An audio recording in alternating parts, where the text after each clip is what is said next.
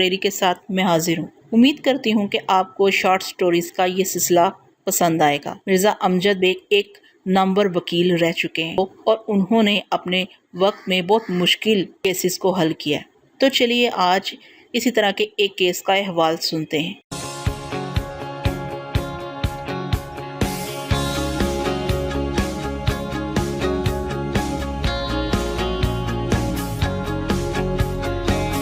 میں نے کہا، میں نہ تو کوئی دست شناس ہوں نہ ذائچہ ماسٹر، البتہ ان علوم کے چند ماہرین سے میری یاد اللہ ہے۔ اگر یاد اللہ ہے تو ان کی لن تنانیوں سے بھی محفوظ نہیں ہوں۔ میں نے ذاتی طور پر ان علوم کو انتہائی محدود اور مشروط پایا ہے۔ یہ ساری گفتگو غیر متعلقہ اور فضول تھی، مگر چونکہ استغاثہ کا گواہ بارضا اور رغبت میرے ہر سوال کا جواب دے رہا تھا، اس لیے جج نے مداخلت نہ کی۔ البتہ وکیل استغاثہ کی حالت دیدنی تھی۔ اس کا بس نہیں چل رہا تھا کہ فوراً آبجیکشن یور آنر کا نعرہ بلند کرتا۔ میں نے میٹھی چھری کو ہاتھ سے رکھ دیا۔ میں بڑی صفائی اور غیر محسوس انداز میں گواہ کی کھال اتار چکا تھا۔ اب اندر کا احوال دریافت کرنے کی باری تھی۔ اس احوال تک دسترس حاصل کرنے کے لیے میں نے گواہ پر کاسٹک سوڈے کا استعمال شروع کر دیا۔ اس کی دھلائی کا وقت آ گیا تھا۔ قدرت اللہ صاحب، میں نے قدرے بدلے ہوئے لہجے میں اسے مخاطب کیا، مختلف اخبارات میں چھپنے والے آپ کے کلینک کے پرکشش اشتہارات گاہے بگاہے میری نگاہ سے گزرتے رہتے ہیں۔ اس کے چہرے پر ایک رونق سی آ گئی، لیکن میں اس کے چہرے پر نمودار ہونے والے ہر اجالے کو تاریکی میں بدلنے کا تہیہ کر چکا تھا۔ ڈاکٹر قدرت اللہ جیسے معاشرتی ناسوروں کی سرکوبی ہر محب وطن اور انسان دوست کا فرض ہے۔ اپنی استطاعت کے مطابق ہمیں اس کار خیر کے لیے کوشاں رہنا چاہیے۔ ان اشتہارات کے مطابق آپ کلینک پر ذیابیطس، گردے کی پتھری، بے اولادی، سرطان اور ایڈز کا شرطیہ منی بیک گارنٹی ٹائپ علاج کیا جاتا ہے۔ کیا میں غلط کہہ رہا ہوں؟ وہ تصدیقی لہجے میں بولا، آپ بالکل درست فرما رہے ہیں۔ میں صرف انہی 5 بیماریوں کا علاج کرتا ہوں۔ یہ میرے استاد محترم کی ہدایت بھی ہے۔ میں نے کہا، ایڈز جیسے مہلک اور خطرناک مرض کو متعارف ہوئے ابھی چند سال ہوئے ہیں۔ میں اپنی معلومات کو تازہ رکھنے کے لیے بہت زیادہ پڑھتا ہوں، خاص طور پر میڈیکل کے شعبے میں ہونے والی کوئی پیش رفت مجھ سے پوشیدہ نہیں۔ ایڈز بالکل تازہ ترین اور برننگ ایشو ہے۔ اس کا علاج تو کیا، ابھی تک اس مرض کو پوری طرح سمجھا بھی نہیں گیا۔ واضح رہے کہ یوسف مرڈر کیس آج سے کئی سال پہلے کا ہے۔ وہ ایڈز کے تعارف کا ابتدائی دور تھا، اور آپ کے استاد محترم نے لگ بھگ 17 سال قبل اس مرض کا نسخہ آپ کے حوالے کر دیا۔ یہ کچھ عجیب سی بات نہیں ہو جاتی ڈاکٹر قدرت اللہ صاحب؟ ایک لمحے کے لیے اس کے چہرے پر گھبراہٹ کے آثار نمودار ہوئے، لیکن دوسرے ہی لمحے اس نے خود کو سنبھال لیا۔ بندہ خاصا ہوشیار اور چالباز تھا۔ بات بناتے ہوئے بولا، وہ بات دراصل یہ ہے جناب، استاد محترم نے مجھے ایک جان لیوا خطرناک مرض کا نسخہ عطا کیا تھا۔ اس وقت اس مرض کو کوئی نہیں جانتا تھا، محض اس کی علامتیں بتائی تھیں۔ دنیا نے اس موذی مرض کو بعد میں ایڈز کا نام دیا۔ آپ کے استاد نعمت اللہ نے ایڈز کی کیا علامات بتائی تھیں؟ یہی کہ اس مرض میں مبتلا شخص موت کے منہ میں چلا جاتا ہے۔ وہ گڑبڑائے ہوئے لہجے میں بولا۔ میں نے ایک اور بار کیا، حالانکہ آپ تو ایسے مریض کے شافی علاج کے دعوے دار ہیں کہ آپ نے موت کا علاج دریافت کر لیا ہے۔ ایسی بات نہیں، وہ بوکھلاہٹ امیز انداز میں بولا۔ اگر اس مرض میں مبتلا شخص پہلی فرصت میں میرے پاس علاج کروانے آ جائے تو اس کی جان خطرے سے باہر آ جاتی ہے۔ میں نے پوچھا، آپ کو یہ کیسے پتہ چلتا ہے کہ آپ کے پاس آنے والا مریض ایڈز جیسے موذی مرض میں مبتلا ہو چکا ہے؟ کیا آپ اس سلسلے میں کوئی ٹیسٹ وغیرہ بھی کرواتے ہیں؟ میں نے ایک لمحے کے توقف کے بعد زہریلے لہجے میں کہا، آپ کے استاد محترم نے ایڈز کی جو علامتیں آپ کو تعلیم کی ہیں، ان کی روشنی میں تو مریض کے مرنے کا انتظار کرنا ضروری ہے۔ وقت کی بات ہے جناب، خلاف توقع دوبارہ پر اعتماد لہجے میں بولا۔ اس زمانے میں علامتوں سے کام چل جاتا تھا، اس جدید دور میں ہر قسم کے لیبارٹری ٹیسٹ کی سہولت موجود ہے۔ میں بھی اس سہولت سے فائدہ اٹھاتا ہوں۔ میں نے حیرت سے اس کی طرف دیکھا۔ آپ کا مطلب ہے آپ مریض کو لیبارٹری ٹیسٹ سے بھی گزارتے ہیں؟ اس میں حیران ہونے والی کون سی بات ہے؟ اس نے میرے چہرے کے تاثرات پڑھ لیے تھے۔ طریقہ علاج کوئی بھی ہو، لیبارٹری ٹیسٹ سے استفادہ کرنے میں کیا حرج ہے؟ کوئی حرج ہے اور نہ ہی کوئی قباحت، میں نے کہا۔ پھر پوچھا، آپ کے بیان سے میں اس نتیجے پر پہنچا ہوں کہ آپ کو یہ راز اچھی طرح معلوم ہے کہ ایڈز ایک مخصوص قسم کے وائرس سے ہوتا ہے، یعنی اس مرض کا سبب ایک خطرناک روپوشی خصوصیات کا حامل وائرس ہے۔ جی، آپ بالکل درست نتیجے پر پہنچے ہیں، وہ رکھائی سے بولا۔ کیا آپ مجھے اس وائرس کا نام بتا سکتے ہیں؟ یہ ضروری نہیں کہ میں آپ کے ہر سوال کا جواب دوں، اس کے لہجے میں برہمی تھی۔ میں نے کہا، آپ ایڈز کے مریضوں کی لیبارٹری ٹیسٹ رپورٹ پڑھتے ہوں گے، لہٰذا اس مخصوص وائرس کا نام متعدد بار آپ کی نظر سے گزرا ہوگا، بلکہ اب تک تو آپ کے ذہن میں نقش ہو چکا ہوگا۔ وہ جھجھلاہٹ آمیز لہجے میں بولا، اول تو میں اپنے مریضوں کے معاملات کو سگائے راز میں رکھتا ہوں، اس لیے آپ کو کچھ بتانے کا تو سوال ہی پیدا نہیں ہوتا۔ دوم، آپ ہوتے کون ہیں مجھ سے اس قسم کے سوالات کرنے والے؟ مجھے تو یوں محسوس ہو رہا ہے جیسے میں میڈیکل کے کسی نہایت ہی مشکل پرچے کے لیے امتحان گاہ میں بیٹھا ہوا ہوں۔ قدرت اللہ کے جواب کے پہلے حصے پر جج زیر لب مسکرایا تھا، تاہم دوسرے حصے تک پہنچنے سے پہلے وہ دوبارہ سنجیدہ ہو چکا تھا۔ اس موقع پر وکیل استغاثہ نے ایک مرتبہ پھر اپنی موجودگی کا احساس دلایا۔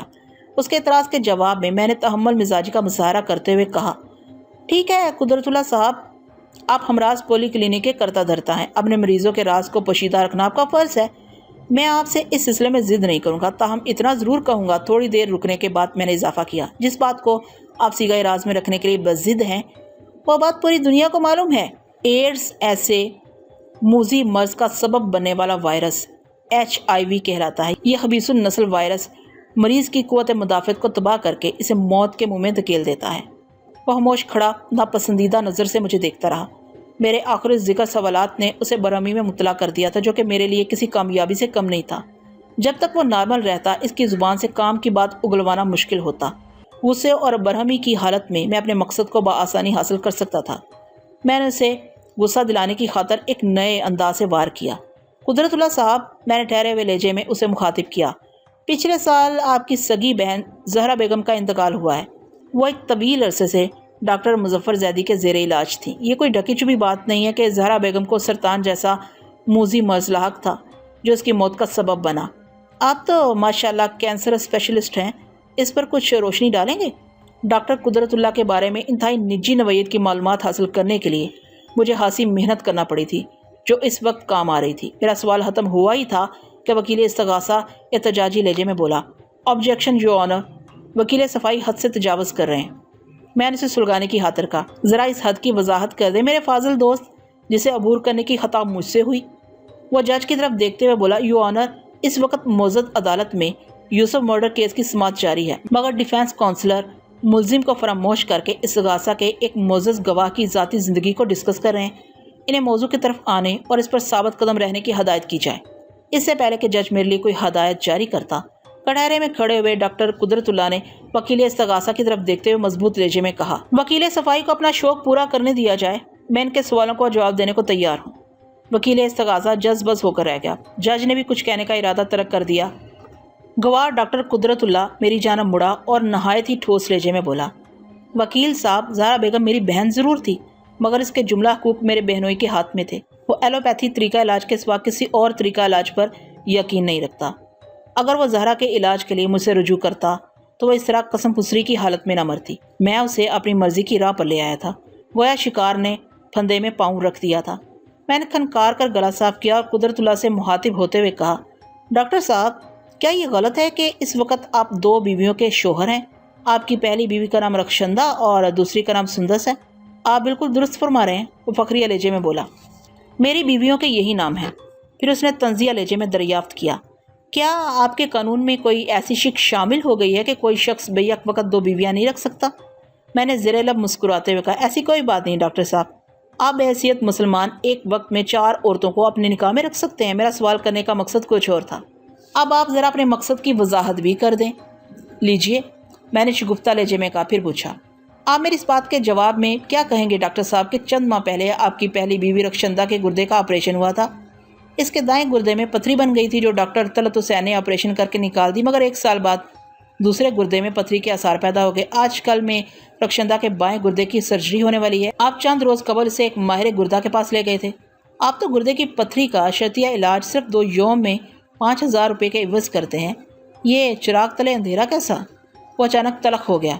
کیا آپ شادی شدہ ہیں؟ ابھی تک میں اس نعمت خداوندی سے محروم ہوں، میں نے شوخی سے کہا۔ وہ مدبرانہ انداز میں سر ہلاتے ہوئے بولا، جبھی تو آپ اس قسم کی باتیں کر رہے ہیں۔ آپ کو عورت خصوصاً بیوی کا کوئی تجربہ نہیں ہے۔ کسی شوہر سے جا کر پوچھیں بیوی کس آفت کا نام ہے اور یہ مخلوق خداوندی کس طرح اپنی بات منواتی ہے۔ تریاحٹ کے بارے میں تو آپ نے بہت کچھ پڑھا ہوگا، ماشاءاللہ آپ اچھے خاصے پڑھاکو وکیل ہیں۔ ہاں، میں نے اس بارے میں پڑھا ہے، میں نے تصدیق کی۔ وہ ایک ٹھنڈی آہ بھرتے ہوئے بولا، جب سے میں نے دوسری شادی کی ہے رخشندہ کی ضدیں کچھ زیادہ ہی بڑھ گئی ہیں۔ وہ ہر وقت میرے پیسے خرچ کروانے کے چکر میں رہتی ہے۔ اگر میں اس کا علاج کرتا تو ایک پائی پیسہ خرچ نہ ہوتا، اس لیے وہ ضد کر کے آپریشن وغیرہ کے چکر میں پڑ گئی۔ ورنہ کڈنی سٹون تو میرے بائیں ہاتھ کا کھیل ہے۔ اور آپ کا اپنے بارے میں کیا خیال ہے؟ میں نے چپتے ہوئے لہجے میں کہا۔ میرے بارے میں؟ وہ الجھن زدہ نظر سے مجھے دیکھنے لگا۔ میں نے کہا، آپ گزشتہ 5 سال سے ذیابیطس کے مرض کا شکار ہیں، اسی وجہ سے ہائی بلڈ پریشر میں بھی مبتلا ہو گئے ہیں، اب باقاعدگی سے انسولین کے انجیکشن بھی لیتے ہیں۔ کیا آپ کا اپنے آپ پر بھی اختیار نہیں ہے؟ اپنا علاج خود نہ کرنے کی کیا وجہ ہے؟ ایک لمحے کے لیے اس نے مجھے مخاصمانہ نظر سے گھورا، پھر کسی فلسفی کی طرح آنکھیں سکیڑتے ہوئے بولا، وکیل صاحب، درخت خود دھوپ میں جلتا ہے تو دوسروں کے لیے سایہ فراہم کرنے میں کامیاب ہوتا ہے۔ آپ عقل مند ہیں، میرا اشارہ بخوبی سمجھ گئے ہوں گے۔ وہ بڑی خوبصورتی سے جان چھڑانے کی کوشش کر رہا تھا۔ میں نے قدرے سخت لہجے میں کہا، علاج کروانا سنت نبوی صلی اللہ علیہ وآلہ وسلم ہے۔ میری معلومات کے مطابق آپ کی 2 بیویاں ہیں، مگر اولاد ایسی نعمت سے آپ یکسر محروم ہیں۔ سندس سے آپ نے دوسری شادی اولاد ہی کے لیے کی تھی، مگر اس سلسلے میں بھی آپ کو ناکامی کا منہ دیکھنا پڑا۔ اس وقت آپ تینوں کو واضح الفاظ میں بے اولاد کہا جا سکتا ہے، جبکہ آپ بے اولادی کا شرطی علاج کرنے کے ماہر ہیں، اور اس سلسلے میں اپنے پاس آنے والوں سے آپ بڑی بڑی رقبے بھی اینٹتے ہیں۔ وہ دونوں ہاتھ بلند کرتے ہوئے تجاہل عرفانہ سے بولا، یہ سب خدا کی قدرت ہے۔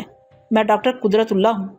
میں اپنی طویل اور غیر متعلقہ جرح کے ذریعے ڈاکٹر قدرت اللہ کی اصلیت اور لوٹ مار کو معزز عدالت کے علم میں لانا چاہتا تھا، اور اس مقصد میں مجھے خاطر ہوا کامیابی ہوئی تھی۔ لہٰذا میں نے زیر سماعت کیس کی جانب پلٹا کھایا اور قدرت اللہ سے پوچھا، آپ نے وکیل استغاثہ کے ایک سوال کے جواب میں کہا ہے ملزم فیاض یوسف کا قاتل ہے، کیا آپ نے ملزم کو اپنی آنکھوں کے سامنے قتل کی واردات کرتے دیکھا تھا؟ اس نے نفی میں گردن ہلائی اور بولا، میرے کہنے کا مطلب یہ تھا کہ کلینک سے برطرفی کے وقت ملزم نے واشگاف الفاظ میں مقتول کو جان سے مارنے کی دھمکی دی تھی، لہٰذا یوسف کے قتل کے بعد فیاض کے بارے میں ایسا سوچنا کچھ غلط بھی نہیں، تو گویا یہ محض آپ کی سوچ تھی، میں نے پرخیال انداز میں کہا۔ پھر پوچھا، کیا آپ نے ملزم کو اس قسم کی کوئی خطرناک دھمکی دیتے ہوئے سنا تھا؟ میرا اشارہ یوسف کو جان سے مارنے کی طرف ہے۔ نہیں، میں نے اپنے کانوں سے ایسا کہتے نہیں سنا۔ پھر یہ بات آپ تک کیسے پہنچی؟ مجھے محمود نے اس دھمکی کے بارے میں بتایا تھا۔ محمود صاحب آپ کے انتہائی قریبی سسرالی رشتہ دار ہیں؟ جی ہاں، ایسا ہی ہے، اس نے سر کو اس باتی جنبش دیتے ہوئے کہا۔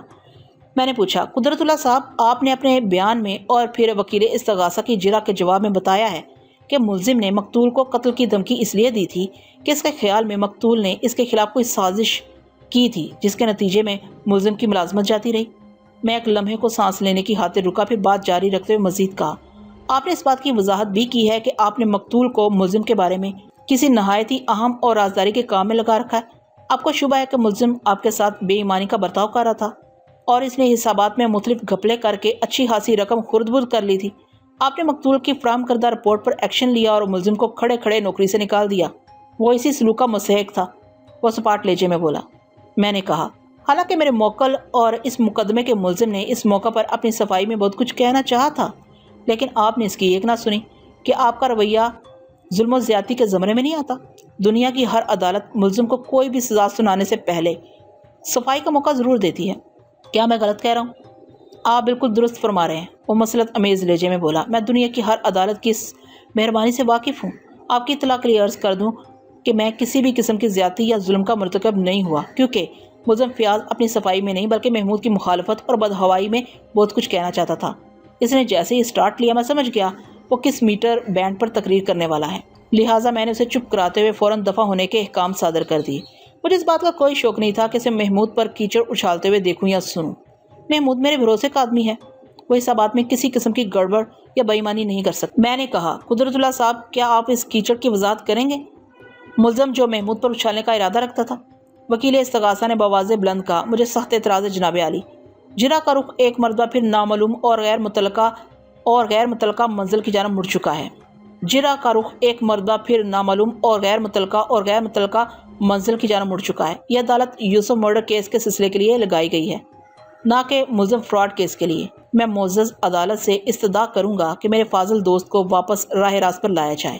جج نے مجھ سے مخاطب ہوتے ہوئے پوچھا، بیگ صاحب، کیا گواہ پر جرح کے دوران میں ملزم کی سابق ہیرا پھیری کا ذکر بہت ضروری ہے؟ نہایت ہی ضروری ہے جناب عالی، میں نے ایک ایک لفظ پر زور دیتے ہوئے کہا۔ ملزم کی مبینہ ہیرا پھیری، اس کا ملازمت سے نکالا جانا، مقتول کو جان سے مارنے کی دھمکی اور پھر مقتول یوسف کا قتل، یہ سب کچھ ایک ہی زنجیر کی کڑیاں ہیں۔ اس لیے زنجیر کو مکمل کرنے کے لیے کڑیوں کا آپس میں مربوط کرنا بہت اہم ہے، اور میں ایسی کوشش میں لگا ہوا ہوں۔ ایک لمحے کے توقف سے میں نے اضافہ کیا، ہاں، اگر گواہ کو میرے سوالات کا جواب دینے میں کوئی اعتراض ہے تو پھر دوسری بات ہے۔ جج نے گواہ قدرت اللہ کی جانب استفسار طلب نظر سے دیکھا۔ وہ بولا، میں آج وکیل صفائی کے تمام ارمان پورے کروں گا، اس لیے وہ جو چاہیں پوچھ سکتے ہیں۔ میں نے اپنے سوال کو دہرایا۔ اس نے جواب دیا، جب میں نے ملزم سے اس کی بے ایمانی اور بدعنوانی کے سلسلے میں باز پرس کی تو وہ سارا الزام محمود کے سر تھوپنے کی کوشش کرنے لگا۔ اس کا کہنا تھا کہ نہ ملنے والی تمام رقوم اس نے محمود کے حوالے کی تھی، مگر اس نے اپنے پاس رجسٹر میں کا اندراج نہیں کیا۔ اس طرح خرد برد کی صورتحال نے جنم لیا، مگر میں نے محمود کے خلاف اس کی ایک نہ سنی اور پہلی فرصت میں سے چلتا کر دیا۔ میں نے کہا، یہ بھی تو ممکن ہے میرے موکل کا کہنا درست ہو، آپ کا سسرالی رشتہ دار واقعی اس کرپشن میں ملوث ہو۔ یہ ممکن نہیں، وہ قطعیت سے بولا۔ محمود میرا برسوں کا آزمایا ہوا ہے، وہ اتنی گھٹیا حرکت نہیں کر سکتا۔ پھر محمود والے حسابات پر ہی کیا موقوف؟ وہ چند لمحے سانس لینے کی خاطر رکا، پھر بات کو آگے بڑھاتے ہوئے بولا، میں نے دراصل فیاض کو غیر ملکی گھپلوں کے سبب نوکری سے برخاست کیا تھا۔ غیر ملکی گھپلوں سے آپ کی کیا مراد ہے؟ محمود سے منسوب گڑبڑ تو چند ہزار کی تھی، میں اسے نظر انداز کر سکتا تھا۔ ڈاکٹر قدرت اللہ نے وضاحت کرتے ہوئے کہا، شاید آپ کو معلوم نہیں، میرے کلائنٹس پوری دنیا میں پائے جاتے ہیں، گرین لینڈ سے انٹارکٹیکا تک اور فنجی سے لاسکا تک۔ کہیں نہ کہیں آپ کو میرا کلائنٹ ضرور ملے گا۔ اور ماشاء اللہ، میں نے قطع کلامی کرتے ہوئے کہا، آپ تو پوری دنیا میں پھیلے ہوئے ہیں۔ وہ میرے تبصرے کو نظر انداز کرتے ہوئے بولا، غیر ممالک سے مجھے فیاض کی بہت سی شکایت ملی تھی۔ اس نے ناروے کی تصور خانم، انگلینڈ کی گلشاد بیگم، فرانس کی مسز چوہان اور دبئی کی سلمہ ایوان سے مجموعی طور پر 1,00,000 روپے ہتھیا لیے تھے، کہیں غلط بیانی کر کے اور کہیں دھوکہ دہی سے۔ جو شخص میرا ملازم ہوتے ہوئے میرے ہی کلینک پر بیٹھ کے فریب اور دھوکہ دہی سے میرے کاروبار کو برباد اور اپنے گھر کو آباد کر رہا ہو، میں اسے کس طرح معاف کر سکتا ہوں؟ وہ بولتے بولتے خاصا جذباتی ہو گیا۔ بات کو آگے بڑھاتے ہوئے بولا، ایسے شخص کو میں اپنے کلینک پر ایک لمحہ برداشت نہیں کر سکتا، لہٰذا میں نے اسے دفع دور کر دیا۔ آپ کے بیان سے لگتا ہے آپ کے کلائنٹس میں غالب تعداد خواتین کی ہے۔ بہرحال، میں نے کندھے اچکائے اور کہا، وکیل استغاثہ کو آپ نے بتایا ہے کہ ملزم نے آپ کو لگ بھگ 1,50,000 روپے کا نقصان پہنچایا ہے، 1,00,000 فراڈ کر کے اور 50,000 بطور قرض حاصل کر کے۔ نوکری سے نکالنے کے دوسرے روز آپ نے اسے دھمکی دی تھی کہ اس کے خلاف غبن کی رپورٹ درج کرائیں گے، لیکن آپ نے اپنے ارادے پر عمل نہیں کیا۔ اس کی وجہ بتائیں گے؟ ڈاکٹر قدرت اللہ نے حقارت امیز نظر سے کٹہرے میں کھڑے ملزم فیاض کو دیکھا اور خشک لہجے میں بولا، مجھے اس خبیث کے بچوں کا خیال آ گیا تھا۔ میں نے سوچا اگر یہ شخص جیل چلا گیا تو اس کے بیوی بچے رل جائیں گے، بس یہی سوچ کر میں نے غبن کی رپورٹ کا خیال دل سے نکال دیا۔ ماشاءاللہ، بڑے خدا ترس اور انسان دوست ثابت ہوئے ہیں، میں نے طنزیہ لہجے میں کہا۔ اس وقت آپ کی خدا ترسی اور انسان دوستی کہاں چلی جاتی ہے جب علاج کے نام پر آپ بے بس مجبور لوگوں کو 2 ہاتھوں سے لوٹتے ہیں؟ یہ کیا بکواس ہے؟ وہ بچھڑ کر بولا، یہ بکواس نہیں، حقیقت ہے۔ میں نے ترکی بات ترکی کہا، اسٹیرائڈز پر مشتمل ادویات مریضوں کے اجسام میں پہنچا کر ایک طرف ان کی جمع پونجی کا صفایا کرتے ہیں اور دوسری جانب انہیں لا علاج امراض میں مبتلا کر کے موت کی وادی میں دھکیل دیتے ہیں۔ کیا آپ اس بات سے انکار کریں گے آپ کے کورسز کے نام پر تیار کردہ نسخہ جات میں اسٹیرائڈز شامل ہوتے ہیں؟ ہاں، میں انکار کرتا ہوں، وہ بڑی شدت سے بولا۔ میرے تیار کردہ نسخہ جات خالص جڑی بوٹیوں پر مشتمل ہوتے ہیں۔ وکیل استغاثہ نے میرے دعوے سے فائدہ اٹھاتے ہوئے کہا، وکیل صاحب، آپ کے پاس اس بات کا کیا ثبوت ہے کہ معزز گواہ اپنی ادویہ میں اسٹیرائڈز ملاتے ہیں؟ اگرچہ یہ ایک غیر متعلقہ سوال ہے، مگر میں ضرور پوچھنا چاہوں گا۔ جج نے بھی مجھ سے دریافت کیا، بیگ صاحب، آپ اس بات کے ثبوت میں کیا کہیں گے؟ میں نے کہا، مسز شمیم نامی میری ایک جاننے والی عورت آج کل گواہ کے زیر علاج ہے، اس کے باوجود اس کے پاس موجود ادویاتی کورس کو میں عدالت میں پیش کر سکتا ہوں۔ لیبارٹری ٹیسٹ کے بعد دودھ کا دودھ اور پانی کا پانی ہو جائے گا۔ میری ہدایت پر اس عورت نے علاج روک دیا تھا، اس لیے دوا کا پورا پیکٹ اس کے پاس محفوظ ہے۔ یہ میرے اور میرے کلینک کے خلاف کوئی سازش بھی ہو سکتی ہے، ڈاکٹر قدرت اللہ گڑبڑائے ہوئے لہجے میں بولا۔ میں نے مضبوط لہجے میں کہا، ہونے کو تو بہت کچھ ہو سکتا ہے۔ آپ کے کلینک کے رجسٹر میں مسز شمیم کا اندراج موجود ہے، پھر آپ کے کلینک پر موجود ادویہ کو بھی ٹیسٹ کے لیے بھیجا جا سکتا ہے۔ اور اس کے ساتھ ہی عدالت کا وقت ختم ہو گیا۔ جج نے آئندہ پیشی کی تاریخ دے کر عدالت برخاست کر دی۔ منظر اسی عدالت کا تھا اور کٹہرے میں استغاثہ کا گواہ محمود کھڑا تھا۔ جب وہ حلفیہ بیان دے چکا تو وکیل استغاثہ نے اسے پوچھا، محمود صاحب، آپ کو ہمراز پولی کلینک پر کام کرتے ہوئے کتنا عرصہ ہوا ہے؟ تقریباً 5 سال، اس نے جواب دیا۔ اور ملزم کو؟ کم و بیش 3 سال۔ وکیل استغاثہ نے سوال کیا، ان 3 سالوں میں آپ نے ملزم کو کیسا پایا؟ محمود نے تھوڑی دیر سوچنے کے بعد کہا، وکیل صاحب، ہم کو زیادہ باتیں کرنا نہیں آتا۔ سچی بات یہ ہے کہ فیاض کے بارے میں کبھی کوئی حتمی رائے قائم نہیں کر سکے۔ کسی وقت اس کا رویہ ایک ہمدرد انسان کی طرح ہو جاتا اور کبھی لگتا کہ یہ ایک مکار اور عیار شخص ہے۔ بہرحال ڈاکٹر صاحب نے اس کے فراڈ اور غبن کو آہر پکڑ ہی لیا۔ محمود صاحب، جب ڈاکٹر قدرت اللہ نے ملزم کو نوکری سے برخاست کیا تو اس نے مقتول کو جان سے مارنے کی دھمکی دی تھی۔ آپ تو اس موقع پر موجود تھے، اس بارے میں آپ کا کیا خیال ہے؟ محمود نے اس بات میں سر ہلاتے ہوئے کہا۔ ملزم نے ہمارے سامنے یوسف کو قتل کی دھمکی دی۔ ہم بہت حیران ہوئے کیونکہ ہم نے اس سے پہلے کبھی ملزم کو اتنے غصے میں نہیں دیکھا تھا۔ ہمیں تو لگ رہا تھا وہ اسی وقت یوسف کو ختم کر دے گا۔ بہرحال وہ تھوڑی دیر تک برا بھلا کہنے کے بعد کلینک سے چلا گیا تھا۔ وکیل استغاثہ نے گھما پھرا کر چند مزید سوالات کیے اور جرا ختم کر دی۔ میں اپنی باری پر گواہ والے کٹہرے کے پاس پہنچ گیا۔